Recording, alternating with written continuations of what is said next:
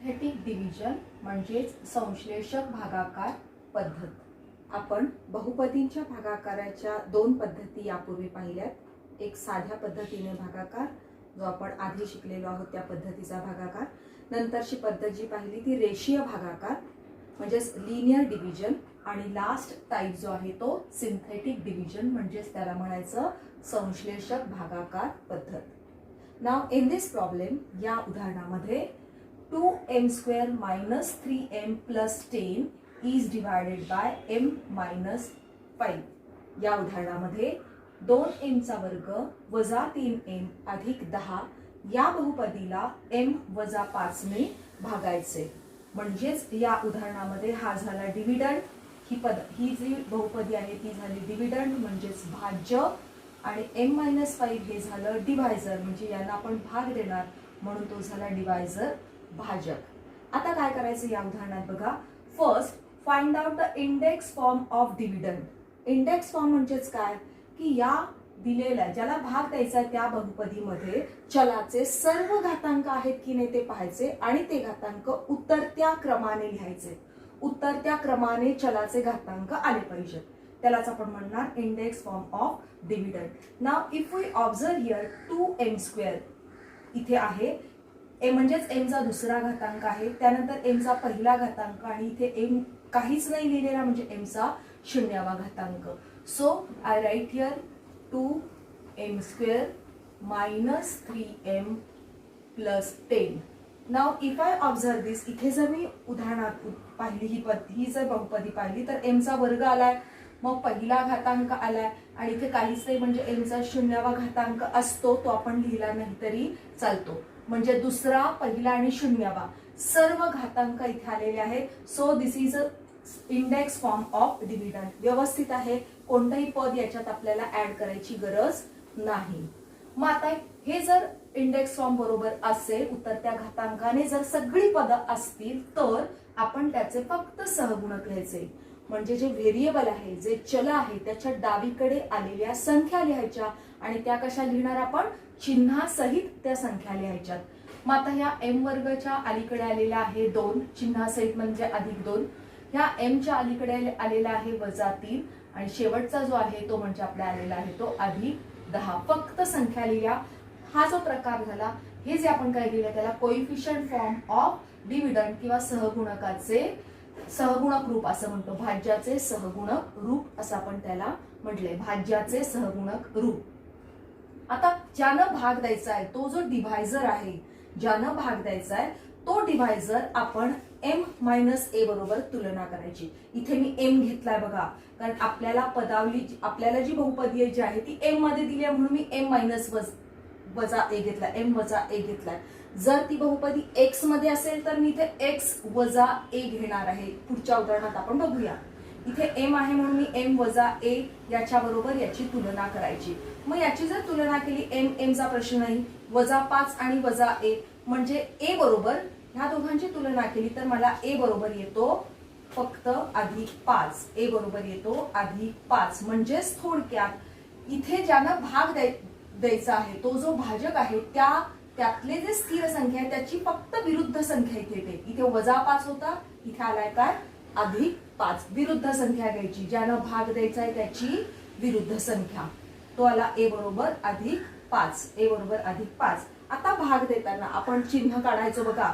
सुरुवातीला आधीचे जे भागाकार पाहिले त्याच्यात आपण अशा पद्धतीचं चिन्ह काढायचो आणि मग ती भागाकाराची पद्धत आपण करायचोय. आता या संश्लेषक भागाकारामध्ये असं चिन्ह काढायचं नाही.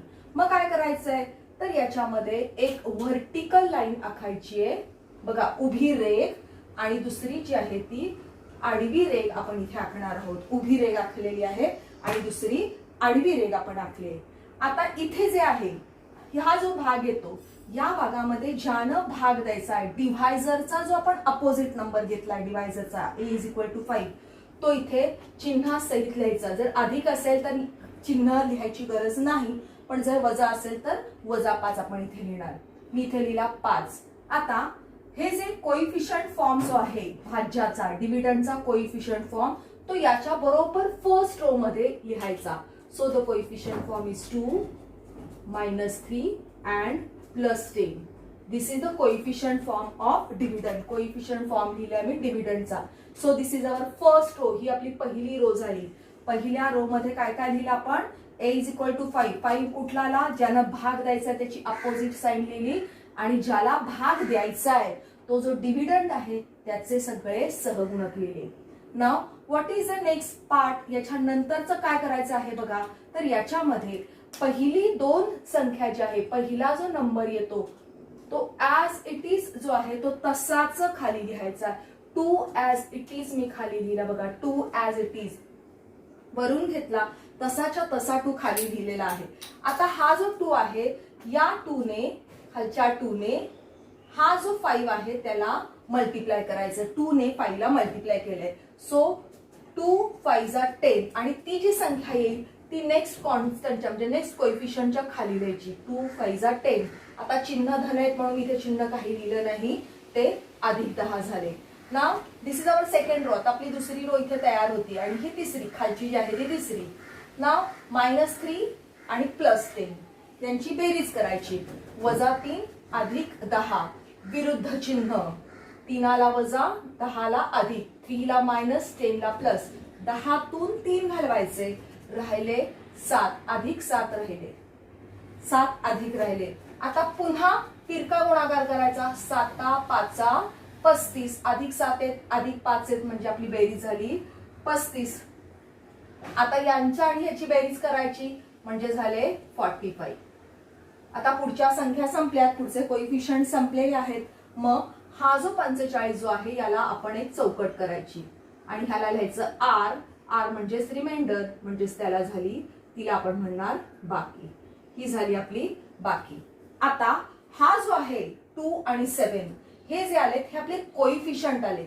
अलीकडचा जो आलाय तो भागाकाराचे कोइफिशियंट आलेत. This is the coefficient of question. क्वेश्चनचे कोइफिशियंट आहे. क्वेश्चन जो आहे आपला त्या भागाकाराचे क्वेश्चनचे दीज आर द 2 कोइफिशियंट. मग देअरफॉर ही तिसऱ्या स्टेप नंतर मी ही चौथी स्टेप केलेली आहे ऍक्च्युअल भागाकार. म्हणजे आता माझी येणार 5वी स्टेप. ही झाली माझी चौथी स्टेप आणि इथे माझी आली आता 5वी स्टेप. मग मी लिहिले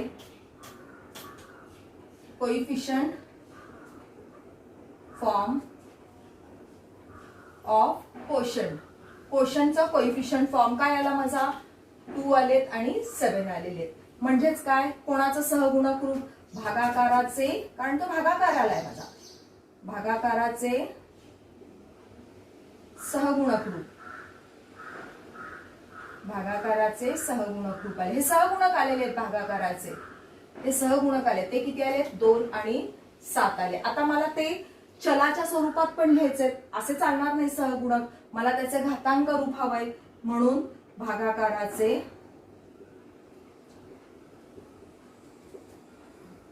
घातांक रूप लिहिलं. घातांक रूप म्हणजे इंडेक्स फॉर्म लिहिला. इंडेक्स फॉर्म लिहिताना आपण काय करतो? या 7च्या खाली आपल्याला m चल आहे म्हणून मी m चा 0वा घात 7च्या खाली लिहिला, m चा पहिला घात याच्या खाली लिहिला. फक्त यांचा गुणाकार करायचा म्हणजेच येईल 2 m चा पहिला घात अधिक 7 m चा 0वा घात. आता m चा 0वा घात लिहिला नाही तरी चालतो म्हणून उत्तर आलं 2 m चा पहिला घात plus 7. So this is our quotient. Quotient म्हणजेच आपला झाला भागाकार. हा झाला भागाकार आणि ही झाली बाकी. मग आता आपण त्या सूत्राच्या स्वरूपात कसं लिहिणार बघा. डिव्हिडंड 2m² - 3m + 10 भाज्य बरोबर भाजक गुणिले भागाकार किंवा भागाकार गुणिले m-5. हा दोघांचा आपण भागाकार गुणिले भाजक आणि त्याच्यात अधिक बाकी किती झाली आपली? रिमाइंडर 45. सराव संच 3.2 मधलं पुढचं उदाहरण आहे संश्लेषक भागाकाराचं synthetic डिव्हिजनचं. x⁴ + 2x³ + 3x² + 4x + 5 / x + 2. याला आपल्याला x + 2 ने भाग द्यायचा आहे. x + 2 ने. मग आता ज्याला भाग द्यायचा आहे तो जो डिव्हिडंड आहे त्याचं घातांक रूप लिहायचं. घातांक रूप म्हणजेच या डिव्हिडंड मध्ये सर्व चल उतरत्या घातांकानं आलेत की नाही ते पाहायचं. जर आले नसतील तर त्याला 0 कोइफिशियंट 0 सहगुण घेऊन ते पद आपण त्याच्यात वाढवायचं आहे, घालायचंय. आता इथे एक्सचा चौथा घात आहे, तिसरा आहे, दुसरा आहे, 4 झाले, 3 झाले, 2 झाले, पहिला आहे आणि इथे 0वा. म्हणजे सगळे घातांक याच्यात आलेले आहेत. म्हणजे याचा इंडेक्स रूप आहे ते बरोबर आहे. मग मी लिहिलं x⁴ plus 2x³ plus 3x² plus 4x आणि प्लस 5. इंडेक्स रूप मी सगळं आहे तसंच लिहिलं, कारण ते बरोबर उतरत्या घातांकाने. चौथा, मग तिसरा, दुसरा, पहिला आणि इथे 0वा. 4, 3, 2, 1 आणि 0 सर्व घातांक चलाचे आले. मग आता याचा कोइफिशियंट फॉर्म द्यायचा फक्त सहगुणक चिन्हासहित. मग याच्या इथे काहीच नाही म्हणजे आहे आपला 1, 2. आता मी प्लस आहे, चिन्ह नाही लिहिलं तरी चालेल, पण वजा जर असेल तर चिन्ह आपल्याला आवर्जून लिहावंच लागणार आहे. मग हे माझं झाले कोइफिशियंट. आता मला याला कशाने भागायचं आहे तर x+2 ने. म्हणजे मग पुढची स्टेप काय, हा जो x+2 आहे त्याची तुलना मी कशाबरोबर करू, x वजा a बरोबर. मगाच्या उदाहरणामध्ये m होता म्हणून मी ते m लिहिलेलं होतं, m वजा a. आता इथे हा x आहे चल म्हणून मी x वजा a लिहिलेलं आहे. मग आता ह्या दोघांची तुलना केली, x आहे आणि a च्या जागी काय आहे, म्हणजे इथे वजा a आहे आणि इथे +2 आहे. म्हणजेच a ची किंमत किती आली, -2 आली. a ची किंमत आली इथे -2 जर मी तुलना केली तर. थोडक्यात काय करायचं, जो डिव्हायझर आहे त्याची विरुद्ध संख्या घ्यायची, त्याचा जो स्थिरांक आहे त्याची विरुद्ध संख्या.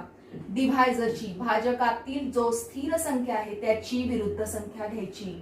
भाजकातील स्थिर संख्येची विरुद्ध संख्या. +2 ची इथे मी लिहिले फक्त -2. ह्या 3 स्टेप झाल्यानंतर आता आपण आपल्या भागाकाराला सुरुवात करणार आहोत, प्रत्यक्ष भागाकाराला. म्हणजे चौथी स्टेप.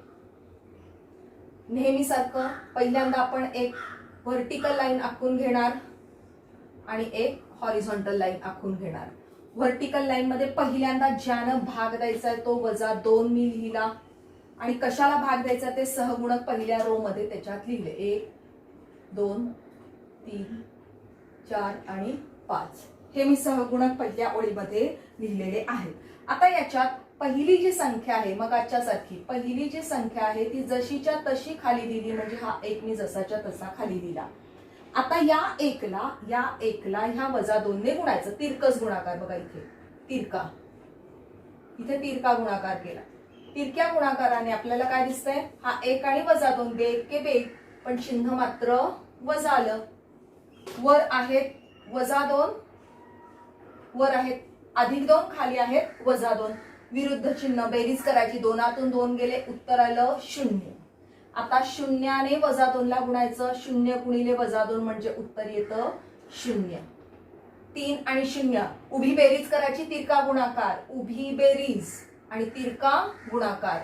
3 + 0 उत्तर आलं 3. बघा बेरीज, तिरका गुणाकार, 3 गुणिले -2 मल्टिप्लिकेशन. असं जे तिरकं जातंय ते मल्टिप्लिकेशन. 3 2 जा 6, सो इट इज -6. उभी ऍडिशन, परत addition.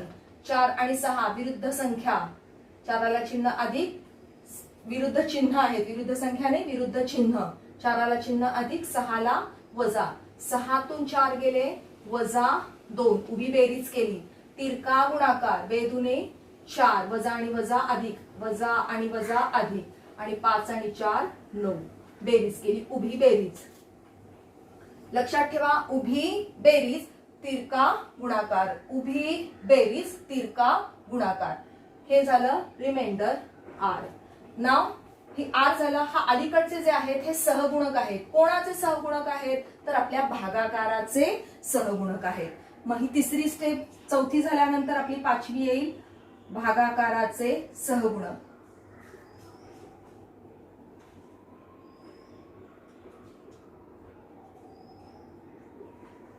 Coefficient of quotient, कोशंटचे coefficient काय काय आहेत, 1, 0, 3, -2 चिन्हासहितलेचे. मग आता ह्याचं आपल्याला सहगुणक आहेत, आपल्याला लिहायचे काय घातांक रूप. मग ऍक्च्युअली भागाकार काय येईल, घातांक रूपात लिहायचं. आपल्याला x ने लिहायचा, नुसते आपल्याला संख्या नकोत. इथे मी लिहिला x चा 0वा घात, इथे लिहिला x चा पहिला, इथे लिहिला x चा दुसरा, इथे लिहिला x चा तिसरा. आता फक्त गुणाकार करायचे. 1 गुणिले एक्सचा घन प्लस 0 गुणिले एक्सचा वर्ग प्लस 3 गुणिले एक्सचा पहिला मायनस 2 गुणिले एक्सचा शून्यवा. आता हे पद निघून जाणार कारण शून्याने गुणतोय म्हणजे उत्तर 0. राहिलं काय एक्सचा घन अधिक 3x हा नाही लिहिला तरी चालेल पहिला वजा 2 कारण हा एक्सचा शून्यावा घात नाही लिहिला तरी चालेल. सो दिस इज कोशंट भागाकार. हे आपल्या भागाकाराचं उत्तर. मग आपण लिहिणार कसं हे x⁴ plus 2x³ plus 3x² plus 4x plus 5 is equal to x plus 2. दुसऱ्या याच्यामध्ये x³ प्लस भागाकार इथे लिहिते भाजक गुणिले भागाकार अधिक आपली बाकी झालेली आहे ती 9. इथे 9 जी येते ही आहे आपली बाकी.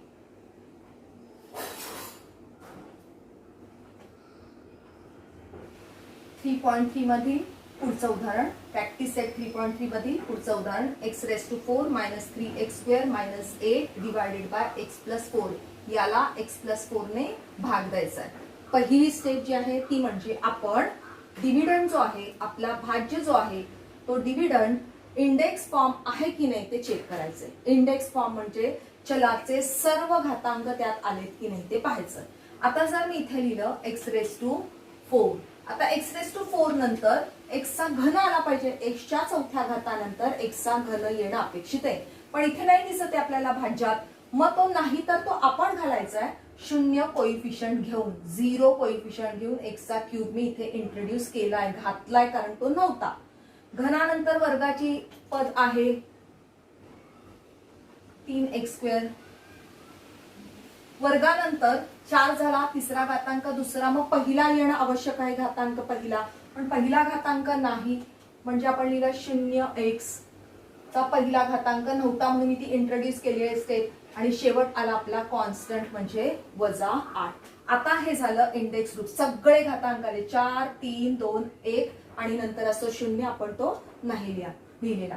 आता यातले फक्त कोइफिशियंट घ्यायचे सहगुणक घ्यायचे या डिव्हिडंडचे कोइफिशियंट. इथे लिहिला मी 1 काहीच नाही म्हणजे 1 0 -3 0 आणि -8 सगळे कोइफिशियंट मी लिहिले चिन्हा सहित. दुसरी स्टेप झाली याचे मी कोइफिशियंट पहिलं घातांक रूप मग त्याचं सहगुणक रूप. आता ज्यानं भाग द्यायचा डिव्हायझर जो आहे त्याची तुलना x वजा a ची करायची. थोडक्यात काय करायचंय डिव्हायझर मध्ये जो कॉन्स्टंट असतो डिव्हायझर मध्ये जो कॉन्स्टंट आहे त्याचं मला फक्त काय करायचंय विरुद्ध संख्या त्याची घ्यायची. इथे अधिक चर आहे त्याची मी फक्त काय लिहिली विरुद्ध संख्या. So a is equal to अधिक 4 ची विरुद्ध संख्या झाली माझी -4 अधिक 4 ची विरुद्ध संख्या आली माझी -4. ही झाली तिसरी स्टेप. आता पुढची स्टेप म्हणजे आपली नेहमीसारखं एक व्हर्टिकल लाईन काढायची एक हॉरिझॉन्टल लाईन काढायची. कशानं भाग द्यायचा आहे पहिल्या रो मध्ये -4. कशा कोइफिशियंटला भाग द्यायचा आहे बघा 1 0 -3 0 आणि 8. आता याच्यातली पहिली स्टेप काय पहिला नंबर जो आहे तो ऍज इट इज खाली घेणार मी. पहिला नंबर जो आहे तो ऍज इट इज खाली 1 जसा पहिला नंबर होता तसाच खाली घेतला. आता तिरकं जाताना गुणाकार बघा मल्टिप्लाय कोणाकोणाचं -4 आणि 1. So answer is -4. उभं जाताना आपण बेरीज करायची इकडे जाताना आपण गुणाकार करतो. इकडे जाताना गुणाकार तिरका जाताना आणि उभं जाताना बेरीज. 0 आणि -4 -4 परत तिरकं म्हणजे गुणाकार 4 चौक 16 अधिक 16 वजा आणि वजा अधिक 16 झाले 4 चौक 16 झाले. बेरीज करा अधिक 16 आहेत हे 16तून 3 गेले विरुद्ध चिन्ह 16तून 3 गेले उत्तर आलं 13 अधिक 13 13 चौक 52 वजा 52 बरोबर 52 झाले. आता हे 52 जसेच्या तसे 52 इथे आले -52 बेरीज केल्यावर. आता 52 गुणिले 4 अधिक येणार आहे ती म्हणजेच इथे आले 4 दुने 8 बरोबर 5 चौक 20 208 आले वजा 52 गुणिले 4 म्हणजे किती आले 208. हे झाले अधिक 208. इथे वजा न्यायचं राहिलं चुकून, मग अशीच बरोबर आहे ते -8 होते. हे -8 तिथे लिहायचे राहिले होते माझे. आता हे -8 आहेत आणि अधिक 208 आहेत. -8 अधिक 208 विरुद्ध चिन्ह वजाबाकी 208 मधून 8 गेले, उत्तर आलं 200. म्हणजे हे 200 झाली आपली बाकी. हिला चौकट लगेच करून टाकायची. ही झाली आपली रिमाइंडर म्हणजेच बाकी. सो लेफ्ट हँड साइडला जे उरतात ते कोइफिशियंट ऑफ कोशंट, कोशंटचे कोइफिशियंट झाले. ही पुढच्या स्टेप नंतर आपण इथे लिहिणार 5वी स्टेप, कारण ही आपली 4थी स्टेप. पहिली, दुसरी, तिसरी ही 4थी. 5व्या स्टेप मध्ये काय लिहिणार कोइफिशियंट ऑफ कोशंट. कोशंटचे कोइफिशियंट काय आहेत 1, -4, 13 आणि -52. हे त्याचे कोशंटचे काय झाले कोइफिशियंट झालेत. भागाकाराचे सहगुणक, भागाकाराचे सहगुणक हे वरचे झाले. आपल्याला सहगुणक आता नको आहेत, आपल्याला काय लिहायचंय त्यांचा इंडेक्स फॉर्म लिहायचा आहे, घातांक रूपात लिहायचंय. म्हणजेच आपण काय लिहिणार त्याचे भागाकाराचे घातांक रूप.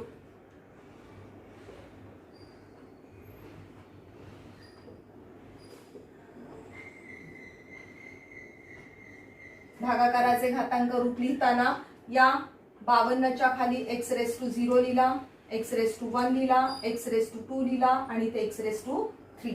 प्रत्येक नंबर खाली मी x⁻0, 1, 2 आणि 3 लिहिलाय.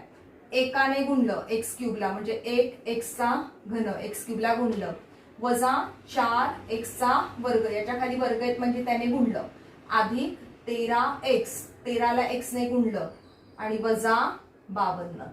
So this is your quotient. हा तुमचा कोशंट झाला. स्टुडंट्स 3.3 मधली सिंथेटिक डिव्हिजनची काही उदाहरणं आज आपण पाहिलेली आहेत. उरलेली उदाहरणं जी आहेत त्याचा तुम्ही सराव करायचा आहे.